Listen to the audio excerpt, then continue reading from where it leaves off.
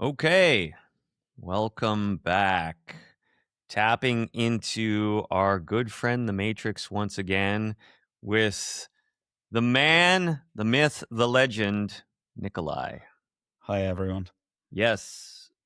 So you totally took me off track because I had all my questions. I'm ready, but let's talk Firehorse. What's Firehorse. going on? Because I know we skipped last week, and I told you when the fire horse came galloping around the mountain, I guess we could say, metaphorically speaking, I felt like shit that day. Many So people, they were calling, trust me. yeah. So what is up with the energies of this fire horse? Because I recall that I read this is a once in 60-year phenomenon. Fire horse Yeah, comes there around are once. multiple things overlapped, and everybody talks about a different timeline. So it depends because um, when they talk the energy. So first of all, like for the context, Chinese New Year was February 17th, which we entered a new energy, and given this is an old tradition in China, it's a little bit metaphorical, and they call it a year of a fire horse, but in reality none of it is really metaphorical. It's all scientific. It's just the energy that we are, and the whole planet is being exposed to, shifted because astronomical bodies around the planet in our solar system and etc shift. So what Chinese, or actually many cultures and traditions, did, they figured out how to calculate as these energies go through shift, and they've identified identified the qualities of the energy that we will be experiencing as we shift from one energy to another. So that was just one of those events, and we entered it mid last week, around a week ago, and the entry point was rough for many, at least in my circle, including myself, and here we are. Yeah, I felt like I was thrown on the horse without a saddle. That's a good description. Yeah, so let's talk about this energy. And regarding the cycle, 60 years, or some people say 36 years, and like all of these people are correct because they're talking about different segment of the energy. So the energy is always a cocktail of energy, and we talk about it. There are different, like, I don't know, Saturn, Jupiter in our solar system, Neptune, and etc. They're positioned according to the planet differently. So when they talk about cycles, they're talking about, once in 36 years. And the big one is actually 1 to 36 years, and they compare it to 36 years ago was 89, 90, and that Soviet Union collapsed. So actually, for that region of the planet, if you actually look at the 36 years, 36-year cycle, and it's not just that region, it's the whole planet, but that it sounds like that region is the starting point from which things spread. It's like so the rest of the planet experienced a little bit of a delay. Then if you go from 90s, 36 years minus, Stalin died, so there's major shift. If you go 36 back again, I think that was like first the revolution in Russia and creation of Soviet Union and etc etc. So if you trace it back, so there are actually very major geopolitical shifts because the energy shift. But if we talk about something more practical and pragmatic, um, we've transitioned from the energy of wooden snake, once again metaphorical. And if we look, I was just in the sauna last week. Actually, on the day when the energies were shifting, I felt like needed to cleanse a little bit, and I was sitting in meditation in the sauna, and I was just like feeling into the difference of the energies of the wooden snake and the fire horse. So the past year, the wooden snake, a lot of people were complaining that there were so many people went inwardly, so much stuff is coming up. And they felt like everything was falling apart in their life. And that's true because the snake is all about shedding and transformation. So the snake basically shifted focus inwardly.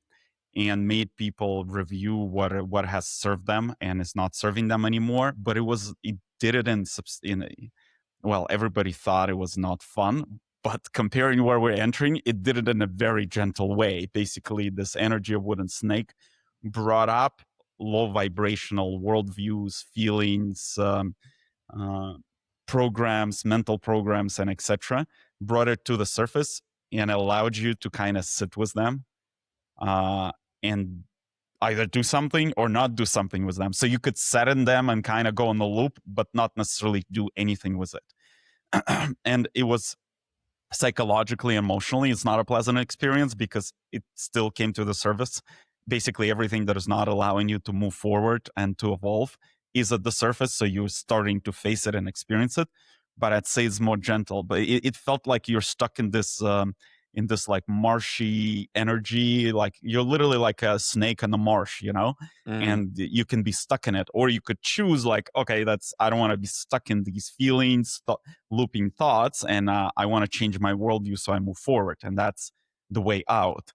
So that was the previous year, and the collapsing part of the life is true for a lot of people because careers change, I don't know, relationships change, a lot of stuff. So like a lot of people were leaving a lot of stuff behind. A bunch of people still managed to hold on, and now we got on the horse without the saddle. And that's where it gets tricky. No So saddle.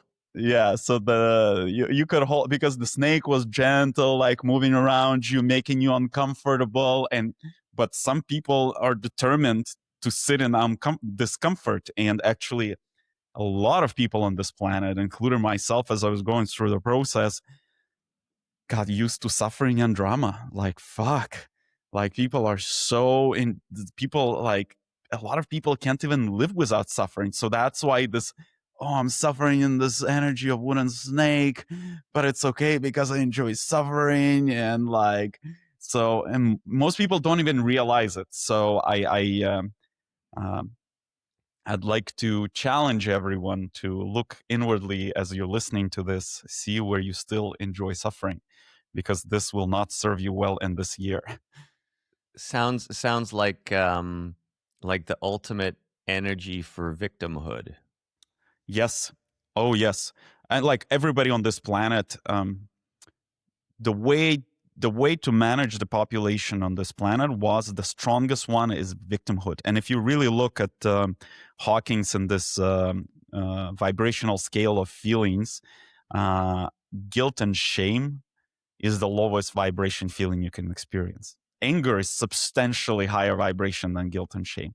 And Yeah. victimhood is all about guilt and shame. So if you want to manage and control the population, you get them into guilt and shame. If you look at the core instrument of evolution used by religion, everybody is a sinner, guilt and shame. Let's push you down into the lowest vibration. So hence, everybody has this subconscious addiction to this suffering that comes from those uh, places that were imposed onto us by the system that we grew up in. And it is what it is. We just gotta shake it off. And if you catch yourself like going in circles, choose to stop suffering and stop going in circles and move forward. And as an important one to the process for everyone, especially we work with a lot of women. For women, it's like that victimhood is so deeply ingrained because society for such a long time was broadcasting the message it is the man's world and you're a victim in this world and blah blah blah, and every possible permutations of that. And of course there was a lot of oppression towards women throughout centuries, so that ingrained on such a deep level. Well, feminism won't help you. What will help you? Stop being fucking victim and stop suffering and start being yourself. And then you don't need no ideologists to be happier and etc. You can just pop out and be a happy person and build the life you desire.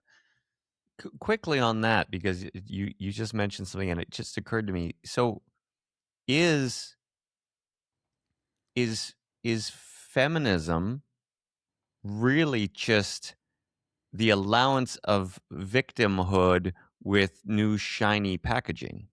Um, you're definitely spot on, and feminism is basically. I've interacted with many women who are part of the movement or somehow touch on it, and the amount of victimhood, the energy of victim, when I like tune into them, like I literally want to throw up, because victimhood is one of the lowest vibration energies, and the way it's actually experienced physically, it's nausea. You like literally want to throw up, and the amount of that energy is like tenfold than the average woman. It's like basically the way I would describe it. It's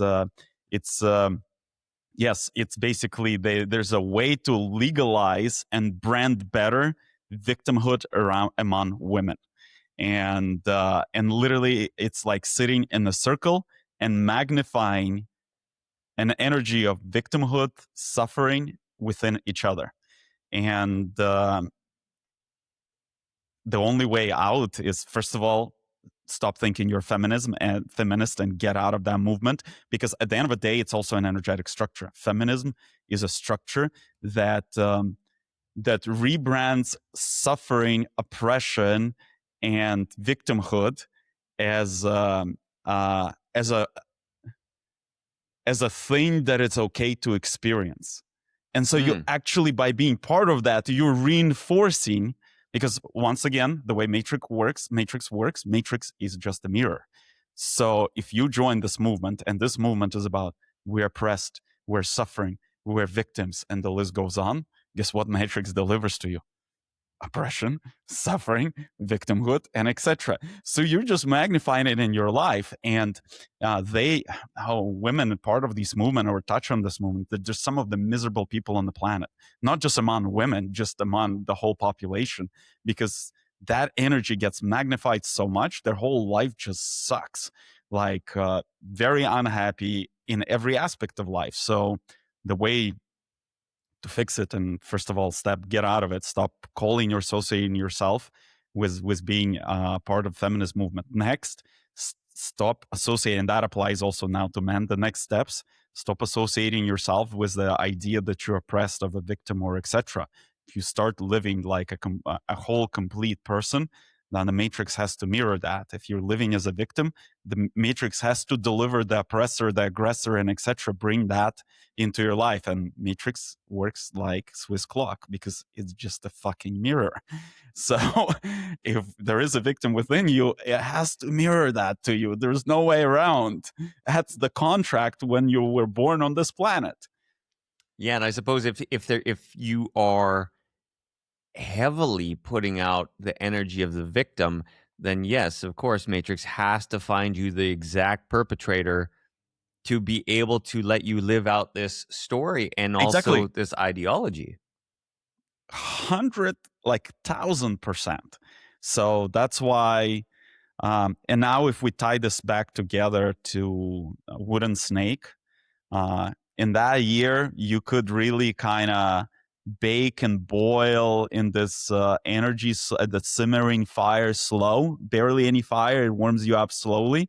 Now, as we transition to the fire of to the year with the energy of fire of horse, that energy is very different. It's very, well, first of all, energy of fire is energy of transformation.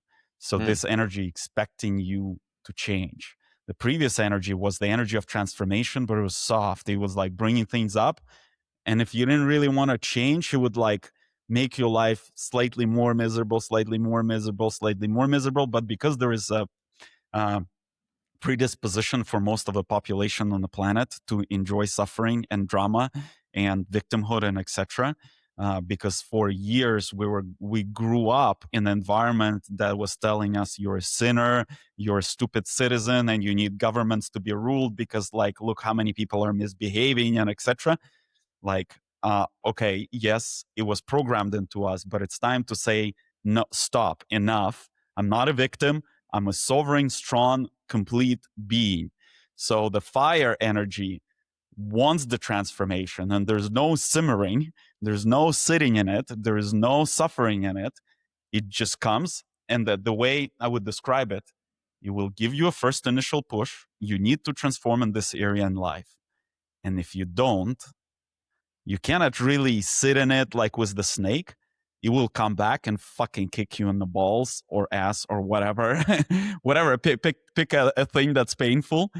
On the next, like, first round, hey, you gotta transform. It will be intense, but it will be like, okay. And the second one will be a strong kick where it's like, oh, you don't want to transform? I'm gonna smack you so hard that you will choose to transform, or it has a chance of killing you, damaging you, like, significantly, damaging your life significantly enough so that you stop in your tracks and still choose to transform. So that's the difference in the energy. So now it's substantially harsher. Like, basically transform, or like suffer hardcore to a point where, and it's like the previous suffering that I was describing, it was like a background suffering, and that's the suffering that people are addicted to. It's like, oh, my life is so challenging, and you know how like friends are talking, oh, this part of my life is like, and they're like almost measuring dicks a little bit in their suffering, and it's like, oh, the more I suffer, the harder I work, the stronger I am. Guys, no, that's actually, it's backwards. It's fucking stupid. Not the harder you work, the more you're suffering, the better you are. You're just an idiot. And by the way, I was one of those addicted idiots who was addicted to suffering and victimhood and etc. for extensive period of time, until I traced that energy and then I healed it.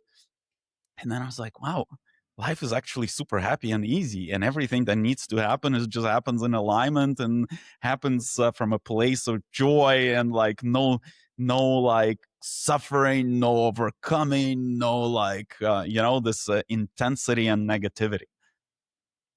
So, a couple things. One, you made me think about the old experiment where they put the frog in the pot, and if they turn the heat on low, the frog acclimatizes to the level of suffering and eventually dies. Versus if we put a boiling pot of water, if we were to throw the frog in, frog is jumping out or So frog fire is horse dying. is the boiling. It's Yeah. boiling. You like, it will push a lot of people to truly change, and that's why I think that cycle that we talked about, 36 years in like history of let's call it Eastern Europe, there Mhm. were drastic changes because this energy, it's like, like to some people it might sound like, oh, what the fuck you're talking about, astrology or whatever, Chinese New Year.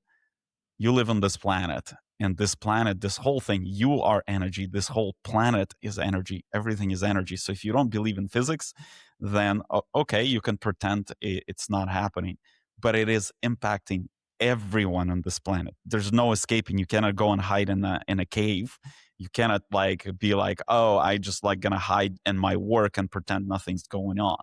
It is influencing and impacting everyone, and is just basically, we went to the maximum setting of the heat this year. And that's why we're going to see substantial geopolitical events play out. They were already a bunch playing out, but they were like still like, if we look at last year, they're like kind of like, eh, let me smack you a little bit, tariffs. Oh, let's do 12-day war with Iran, like whatever. They were Teasers. like, Yeah, little teasers. exactly. So this is a year for potentially major changes. And there's a lot of energetic, and I don't want to sound like negative here, because that's not what I'm trying to the message. That's not the message I'm trying to deliver. There's a lot of work being done by a lot of people energetically for this transition to be as smooth as possible. So, and that's where intention is set, because originally the timeline for the planet was very rough transition, with nuclear wars, with hardcore um, uh, climate disasters and natural disasters and etc. Now it's substantially smoother. They will still happen. They will still feel psychologically, emotionally intense, but they're like 1/100th of what it could have been. So we are actually on a very positive and constructive timeline. And to make it even more constructive and positive, is a choice of every human on the planet Earth. If you choose, when this fire comes, this energy of fire comes, and you're clearly experiencing something in life that is not sitting well with you and blocking you from moving forward and challenging you, Rather than holding on to that, choose to change your worldview, choose to change your behavior.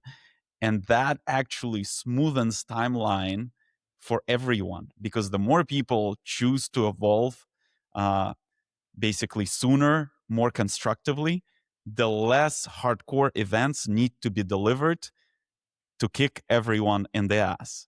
If majority of population goes, no, I'm not gonna change. I wanna keep my status. I wanna keep my job that I fucking hate and I enjoy suffering in it.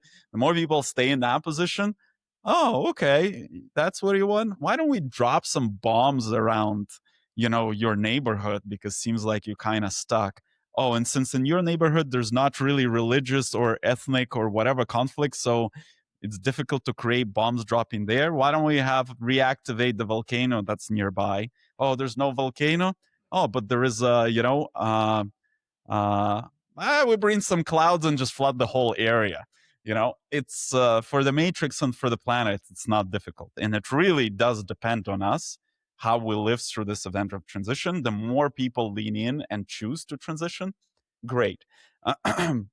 One more caveat, and a very important one: focus on yourself. Don't try to change anyone around you, because as people start awakening, they start seeing all the inharmonies in others, and that their focus shifts. Oh, it's my neighbor, it's my wife or my husband, it's my parents, my friends. No, it is all about you. And by the way, not everyone on this planet is here to stay. So when you're trying to change people outside, sometimes you're trying to change even the person who did not come for the experience of uh, the same evolution as you're going through to stay on this planet. Some came to leave at this transitionary point. Like they had whatever they needed experience and they're not sticking around. So that's why it is so important to purely have focus on yourself, working on yourself, and not trying to play savior. And by the way, the one of the opposite energies of victim is the savior. So whoever has any energy of victim still in them, there's a very high tendency to play a savior. If you observe yourself not, sitting and being victimized and whatever, if you're not in that energy, but you're running around trying to save, that means you have quite a bit of energy of a victim. So look inwardly. You know what? The Matrix delivers every time, because this segues right into my original questions before we went down the rabbit hole, or the horse gallop, we would say, of the fire horse. Yes. So beautiful. Let's talk about giving versus taking. See how this segues together. So because you were just talking about the difference of, victim and savior, right? And I want to talk a little bit about giving versus taking. Like, where does the idea of being selfish fit into the matrix? Because, in some religious contexts, everything is always spoken about service to others, right? Mm-hmm. And then, for example, other spiritual teachers that I've followed before, such as Abraham Hicks, they talk about being selfish as a good thing, right? Being focused on the self. So, what's right from a matrix perspective here? So I'll start with an interesting approach here that we just had a conversation with my girlfriend. We were watching. There's a pretty good series called Scenes from Marriage. It's HBO, and it doesn't seem like very popular, but it really brings up all the inharmonies of modern Western relationship. And it's very interesting to observe, because we would pause probably every 5 to 10 minutes and discuss what's going on in the scene. And the reason I'm bringing this up, and give and take and selfish and not selfish, I'll start this with relationships, because that's where the trap, I'd say, is most intense. There's a lot of coaches, so there's a lot of perception that you can work on a relationship. In reality, the only thing you can work is in a relationship is yourself. Because if you look energetically and technically what relationship is, there are two human beings, and a relationship is an energetic container that is built by those two human beings. And the way they build it is by contributing their cocktail of energies into this bowl, like you're making soup, energetic soup. That's what the relationship is. Yeah. And when the person is, oh, we fight all the time and blah, blah, blah, you got to change. First of all, you cannot change the other person. So they're like, okay, then let's work on the relationship. Let's work on the soup. And they start spending all these cycles and resources and coaches and therapists and counselors and blah, blah, blah, trying to change the ingredients of the soup, forgetting that you're the one that adding your ingredients with your energy. So if there is an energy of victimhood or aggression or whatever is leading you, or a savior leading you to fighting, by you trying to work on the soup, not changing the ingredients where they come from, you keep adding the same ingredient and you're surprised why we're still fighting. So it's impossible to change the soup until you change the ingredients. And people get stuck in this trap for so long. I've been in this trap for so long.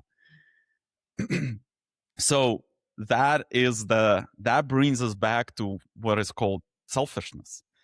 And that term has been demolished by religion and by a bunch of spiritual teachings and by a bunch of other, let's call it a distorted moral code. In reality, you cannot bring joy or happiness or anything valuable to this planet unless you're doing it from a place of happiness. So that's why the first step in anything is a selfish step, is asking yourself, am I happy? And if you're not happy, guess what you're doing? You're spreading your shitty ingredients everywhere. Like you're sprinkling victimhood, you're sprinkling savior, you're sprinkling aggression, you're sprinkling guilt, shame, whatever, pride, whatever you're sprinkling. So stop fucking adding your shitty ingredients into everybody's soup. Fix your ingredients first, become joyful and happy, and then sprinkle that. And that's a true service. That is a true service to the world when you start bringing light to the world, not fucking rotten ingredients that you're carrying around. I'll pause here. I hope this analogy lands. Yeah, well, I love the soup analogy because it does often feel like, oh, this I don't like this soup. It's too salty. More salt. Let's put some more salt in. Fuck. It's so salty. I know the solution. More salt, right? Yep. And yeah, we do that over and over and over, right? Everywhere.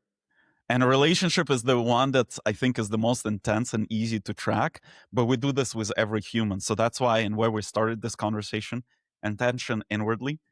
The only thing you're responsible for on this fucking planet, not saving anyone, but saving yourself.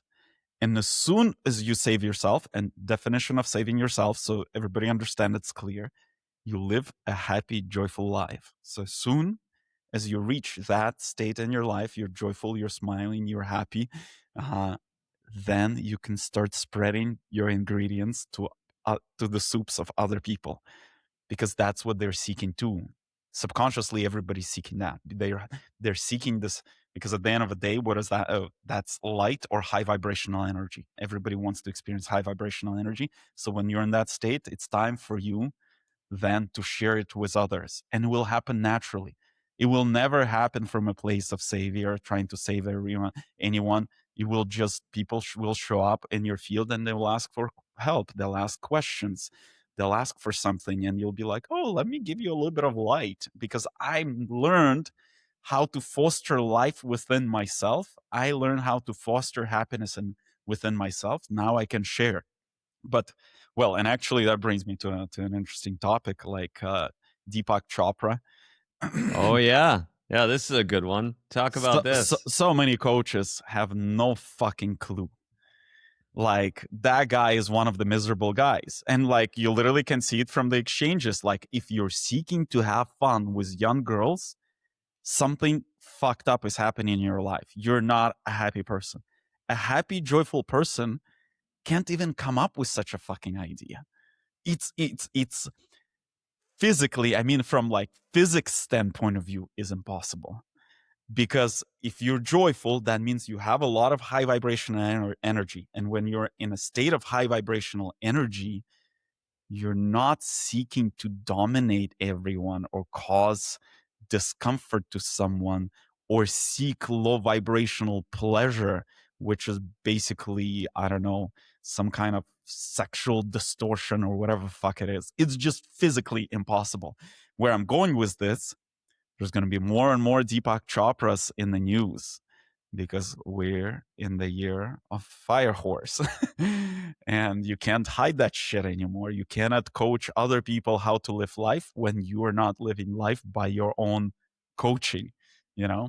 So, and that comes back to selfishness or bad word selfishness, which is actually what you got to focus is on yourself and put others aside. And I would go as far as, because for some people it's like, oh, what is selfish? Because some people are like stuck in this, let's call it servitude, suffering servitude, where they on daily basis give themselves away to co-workers, to friends, to relatives, to their children as the father or mother. That is not healthy and it is not constructive. If you are not happy, the ingredients, for example, you add to your children's soup is garbage. So your children's soup becomes garbage. The ingredients you give yourself to your relatives, to whoever you thinking you're self saving or helping or whatever, you're not. You're just spreading your garbage around. So stop, please stop. Focus on yourself. And in a moment it could feel rough. Like as I was going through this journey myself, first of all, I stopped being social. I stopped responding to a lot of messages of my friends, to whatever, because I knew I'm not in the state of sharing something that would make their life better.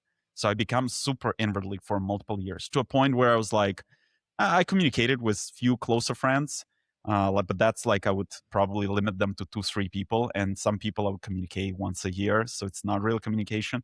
And even with my relatives, like we have great relationship with my sister, but it comes and goes in waves. There are a couple months that we have a blast together, but there are a couple months that either I'm so inwardly or she is. We like barely chat to each other, and but that could be perceived like, oh, why, like, you have such great relationship with your sister, why don't you respond to her? I'm like, because I'm going through internal process and a lot of crap came to the surface. Why would I want to put that crap onto her? Like, what's the point of that? So, or like, people have this predisposition. We had a little bit of a beef with my sister. She had a specific construct of how sons should interact with parents. And like last year, I barely interacted with my parents. I did interact. They call me and I chat with them, but I had just had no energy flowing in that direction because I was in a specific state where that interaction was not constructive, and I just accepted it in me, and it was perfectly okay to me. But some people will be like, oh, but like I have to be this way, I have to do this. No, you don't have to anything. The only thing you have to on this planet is figure out how to become joyful and happy. And if you can't, that means all other activities gotta go. Like, because you need to preserve energy to look inwardly and to do that work. So the more you can minimize distracting activities. Oh, but I have to be a good son or daughter, since I have to travel to this event they invited me that I will hate my life at, or I will not be fully engaged because a bunch of things came to the surface. And yeah, people show up for, I don't know, birthdays, Christmas time, and etc., being completely inside themselves because they're navigating major transformation transition, and they think they're being a good son or daughter. It's biggest bullshit ever. You're lying to yourself and you're lying to others, because you just showed up on a Christmas, be in this transformational energy, and parents, let's say, trying to engage you, but you have no energy to engage, and the energy that is on the surface is, I don't know, energy of victimhood or whatever you're dealing with. And guess what? The soup you made together is pretty salty or shitty tasting soup. So this we're gonna go a little bit on the left because of what you just said. So, Let's go on the because left. yeah, well, let's go on the See left here. what's going on there. Yeah, well, because this just I have another question here that ties in directly with what you're Uh, talking about. So I'm like, let's go down this rabbit hole because you're talking about reaching out to people. Sometimes you reach out to people once a year, right? So w- what are the main connectors of relationships? Like, are they because we've talked about different flavors, and so I want to sort of coalesce your thoughts on this. Are they energetic, karmic? Are they knowledge based? Like, and the reason I want to bring this up was, you have a lot of people that, for example, if we're looking at business context, right? People are focused on networking. Like, I'm going to the networking event. I got to know all these people. I got to have a big Rolodex. I gotta, right? There's a guy over here who did Yeah. this full time as a professional. Yeah, right. So you have many people focused on networking or reaching out Mhm. to hundreds of people, or they want to build this massive social circle. So again, they got to be everywhere. They got to know everybody. Um, Now, would they be as effective if they just did nothing? Like, where is the sweet spot Excellent question. between effort and manifestation, or the idea that the matrix would just present the people that you need to know or meet. So, because obviously we've got the people that are, yeah, like you, like, hey, I'm going out, I'm meeting everybody, I'm doing it. And then we have the other people Old that, version I of me. mean, they might be in mom's basement and they've never seen sunlight. Yeah, yeah. Whoa, what are we supposed to be doing here? I just wanted to talk about that. Well, and I'm gonna share a bunch of real life historical examples from the past few years. And so, first of all, the old version of me would be like networking, getting to know, very extroverted, and etc. Till this process of, let's call it, I don't know, awakening. Sounds that the word sounds funny because of all the spiritual industry stuff. Let's call it increase on vibration and healing self, or journey to happiness. That's how it's like better definition. I When like that that one. journey to Journey to happiness, happiness. Yeah. yeah, Okay. that journey to happen when it started, I started realizing something's off with all my extroverted overachiever, get to know everyone. Something's off with that. Spending a lot of energy, barely getting anyone. And there's this another subconscious program that almost everyone has, or at least let me paraphrase, many people in the Western professional world have. Many people are aware of a construct of a funnel, right? You put 100 people on the top, then you build a closer relationship with 25. Then you take I don't know 15 out of those to the next stage, and then 4 to 5 become acquaintances, and you get one person who becomes a good friend.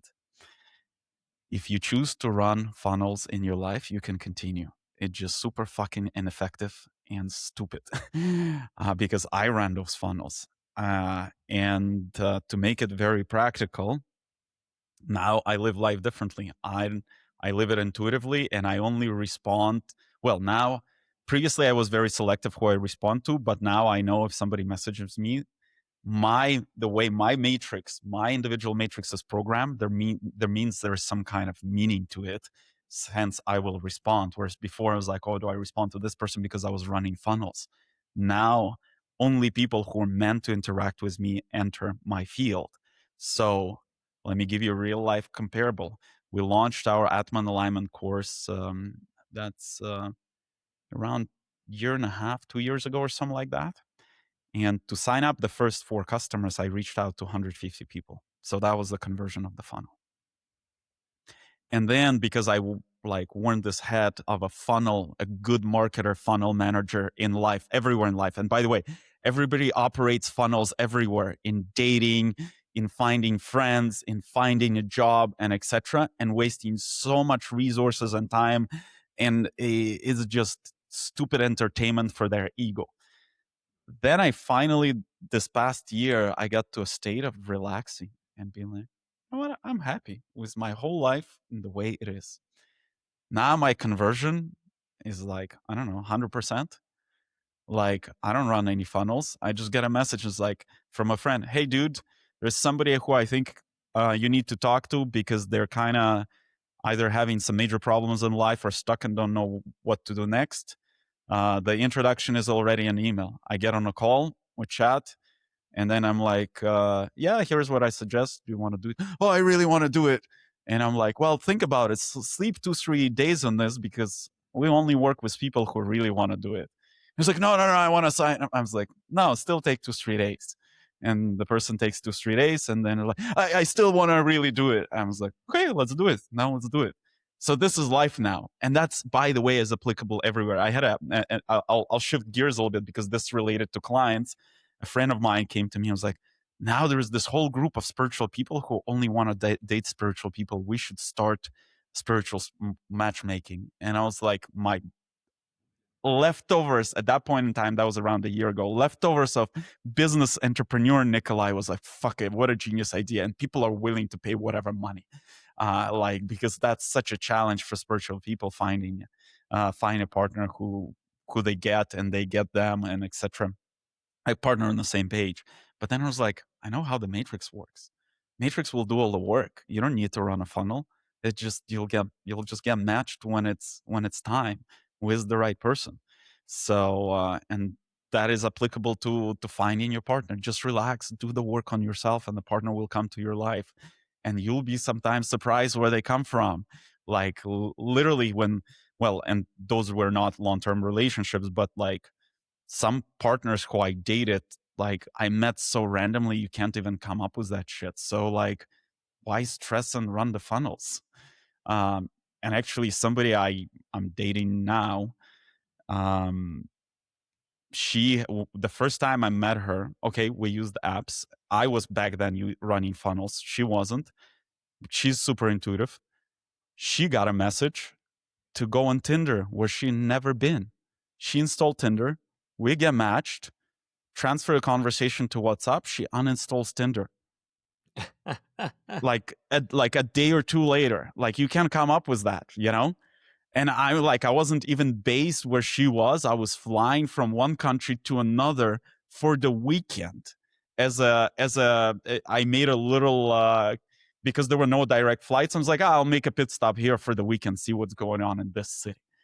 And so that's the way we met. And just trust your intuition. If you're getting pulled to go sit on the bench in a park that you never go sit at the bench in the park and you'll be surprised. So, and that's where it comes down to, if we tie all the pieces together, focus on yourself, which is, let's use word selfish, be selfish, and then trust your intuition where it takes you. Because then when you trust your intuition, then you don't need to run the funnel.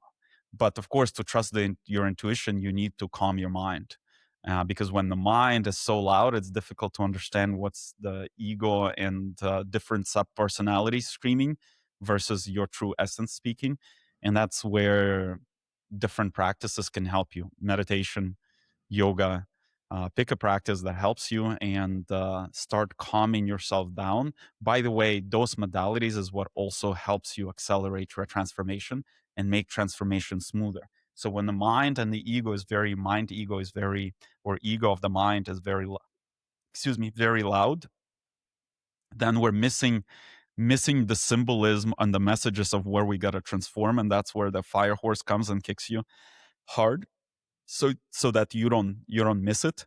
Whereas when you start calming yourself down, it's very difficult to miss the message. When you sit in meditation or do yoga or whatever your modality is, where you become more silent, then it's easy to receive the message because you start seeing the patterns. Oh, it's like I've tried the relationship and the 3 relationships in a row. Oh, we were just discussing my first 2 marriages.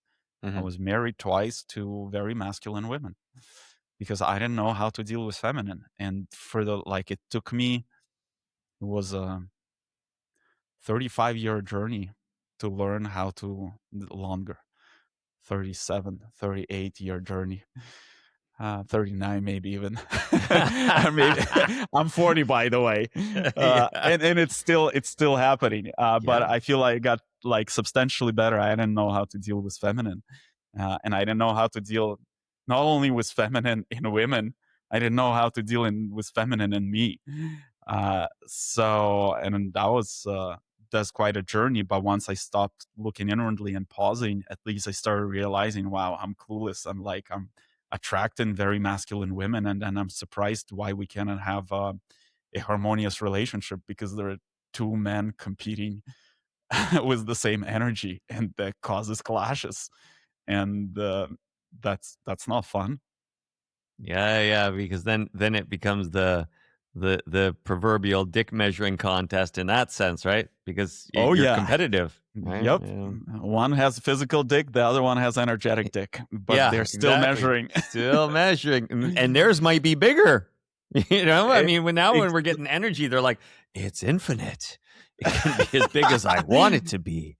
Right? exactly, exactly.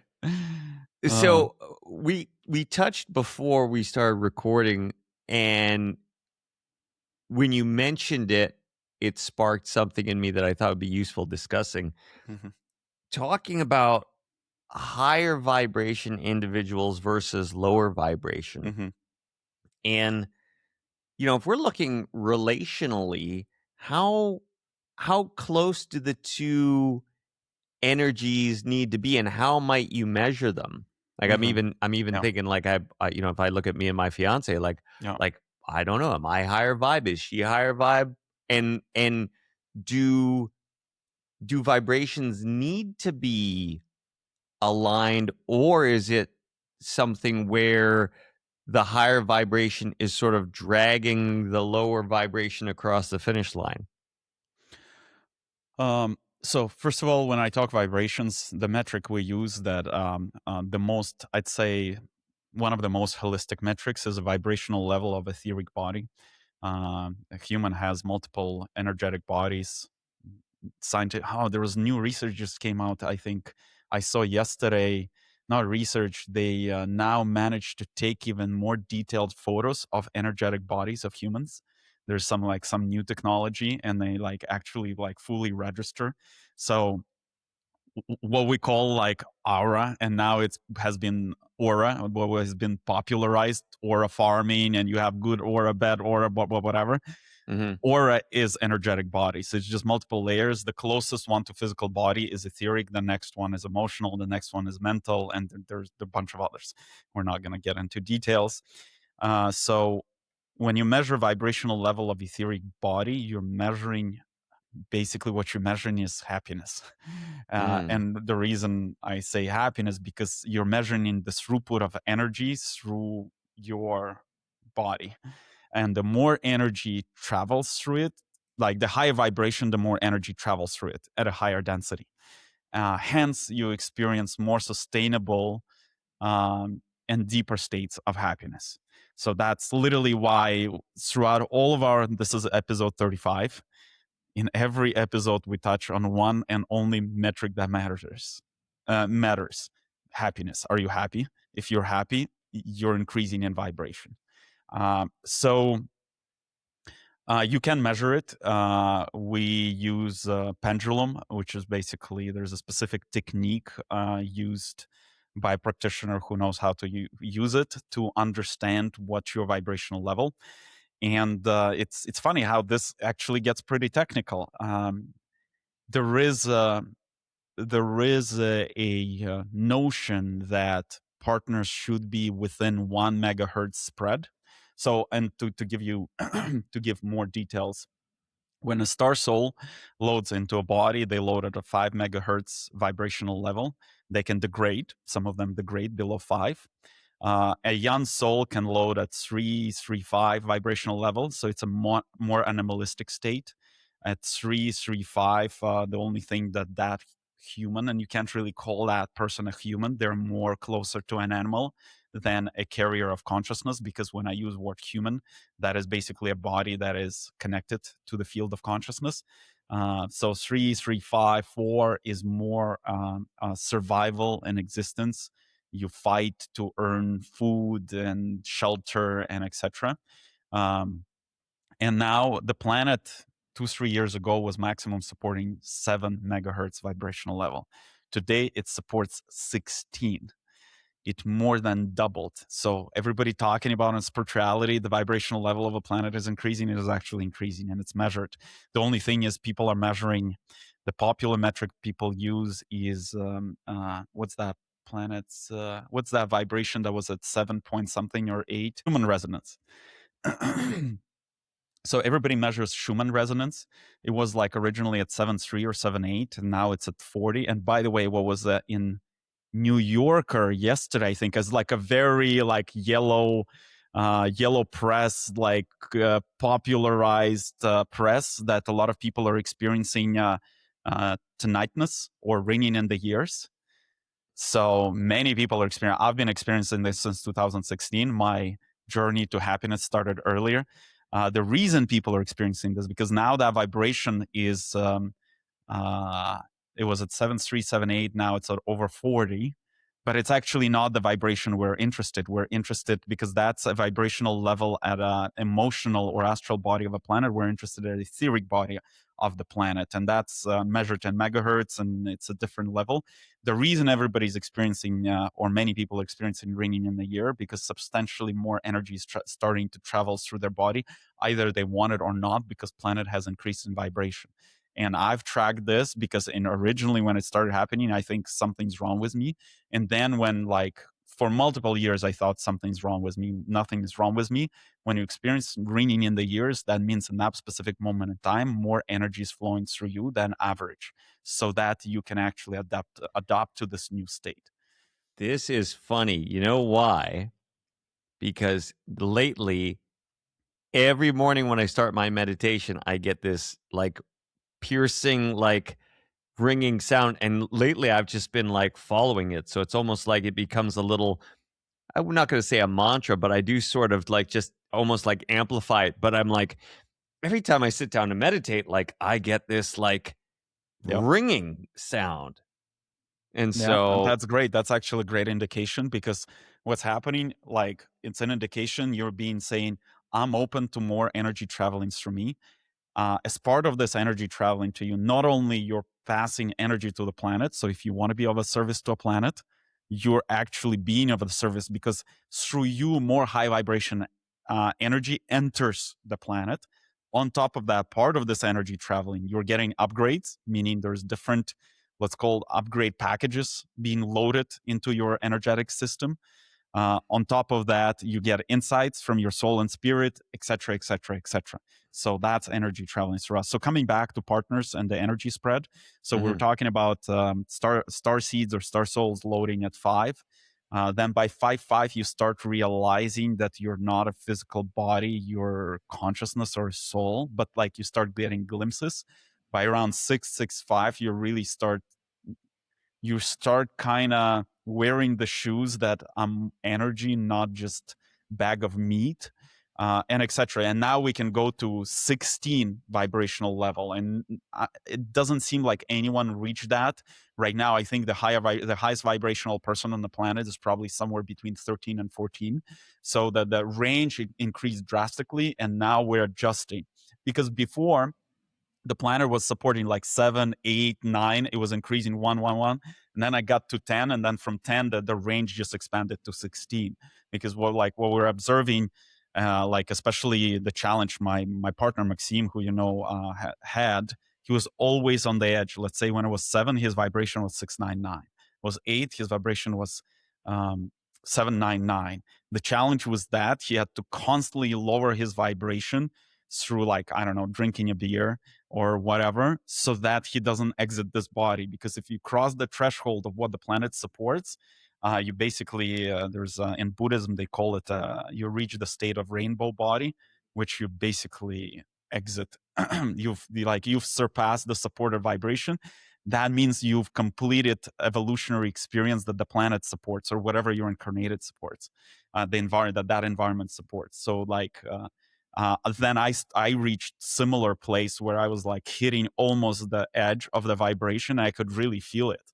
I'm like, oh, I need 2 glasses of wine and a steak, like a heavier energy. So it's like, and I feel more comfortable. But now Now, since everywhere the highest that people are right now 13, 14, and the planet supports 16, now you don't need to artificially lower your vibration, and there's so much room to growth. Bringing all this back together to partners, there is a notion, and we should study it more closely, as we haven't, that the most comfortable relationship when partners are within 1 megahertz spread of vibration. So let's say, I think right now you're close to 7. Anna could be plus minus 1. And when it's more, you start burning. Let's say you're 10 and Anna at 7. You start burning the other person because so much energy is traveling through you. And that's actually the experience I had with the woman I'm seeing. When we reconnected, and like the first week physically together, so much stuff was coming up in her, to a point where she was almost like feeling nauseous and almost like throwing up, because my high vibration energy started pushing everything in her that is not allowing her to increase in vibration. However, uh, what I would add is, I think there is a healthy way to modulate that. And I wouldn't be able to share the technology how to modulate it. So let's say you meet somebody who is high vibration or vice versa. It doesn't mean you should not date. You should just trust your intuition of how you build that relationship. And that brings me to the next very important point that does not only apply to the relationship. I'll expand it to the rest of life. If you want this fire horse transition and transformation in the next few years be comfortable, the sooner you release constructs of how things are in life, the more gentle and pleasant this transformation will be. What I mean by that, tying it back to a relationship, people have formed perceptions of what a healthy relationship is. But in reality, they don't realize that they form those perceptions from watching Hollywood movies, observing other people around, making their own conclusions. Nobody on this planet, I shouldn't say nobody, almost nobody on this planet knows what a harmonious high vibration relationship is, because we haven't lived in high vibrational space. We're just entering it.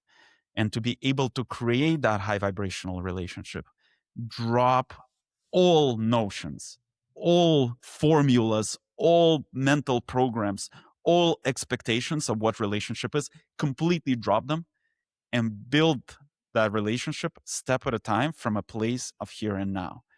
And that is the way to harmonious relationship. None of us know. So that's why my recommendation, when you enter a relationship, then it stops being mattered if somebody high vibration or not, because high vibration person's energy will help lower vibrations to reach them. And when you drop this, the first month's supposed to be that way. So the model I had of relationships clearly not working. So I just dropped it. I don't know how it's supposed to be, because we're going through our unique journey. First of all, she's unique, I'm unique, and we're in different vibrational level, and the planet is going through its transformation, and there is a fire of the horse fire energy, and. So when we live from a place of here now, this feels good in the moment. If it feels good, it doesn't matter that doesn't fit some kind of construct. And that applies to everything, to your family. For example, I already brought up one example. I was like, what your relationship should be with parents.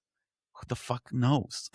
We only know it from like literally the way it was before, the Hollywood and the expectations and whatever. But in most of the time, it does not serve anyone because in some moments it's like, hey, I gotta take a break from my relatives, because like I know examples where relatives are really low vibrational, destructive beings. In those scenarios, you just fucking cut off any type of interactions with them until you get strong and balanced and peaceful enough, until you have this energetic pillar within that you can enter the space of destructive beings and hold, your inner pillar without being destroyed and pulled into chaos. So, all scenarios are so unique. So that's why everything should be lived from place here and now. And then vibration difference does not matter. Yeah, I was talking about this just yesterday, in fact, I think, where sometimes we will have expectations that maybe we maintain contact with childhood friends because that's what you do. But then if you start looking and they're not evolving and their energy is just stagnant, you do have to ask yourself at some point, like, am I hindering my own growth to kind of stay around their level versus do I just let myself expand? And then if they get left Nailed behind, it. they get left behind. That's what Matrix wants. And And see it brings from us that to a perspective. point. Those brings us to a point that I briefly mentioned, but it's a super important point. Not everybody is here to make it through this transition. Some souls, some beings on this planet consciously chose to load here to have specific experience and not go through the transition. So you trying to pull somebody by their ears or by their hair in a direction where they didn't even plan to go. First of all, you're playing God, and you're not until you fully synchronize with your soul and spirit, because then you become true particle of God or true representative of God, whereas before it's just sick mind. Mm-hmm. So that's one. Another thing is you pick up their fucking karma or their problems. If you okay, you want to play God and you think you need to save them. So you pick up their garbage energy, like, but I feel like everybody has enough of their own garbage. So like, not only you have, your rotten ingredients and full garbage bag, it's like you walk around the building, the apartment building, and it's like, oh, let me take your garbage by trying to save them. So now you like, your bucket of bullshit is even bigger. And now you walk around with this bucket of bullshit and sprinkling it on everyone. Not a very constructive behavior. Hence, focus on yourself. Well, no better place to end it than don't sprinkle your bucket of bullshit on others. Yes. And your life will be happier, and the life of others around you will be happier as well in their own way. Well, this was one for the books. I was enlightening as always, Nikolai. And yeah, I have no more thoughts. This was great. Okay. Until the next one.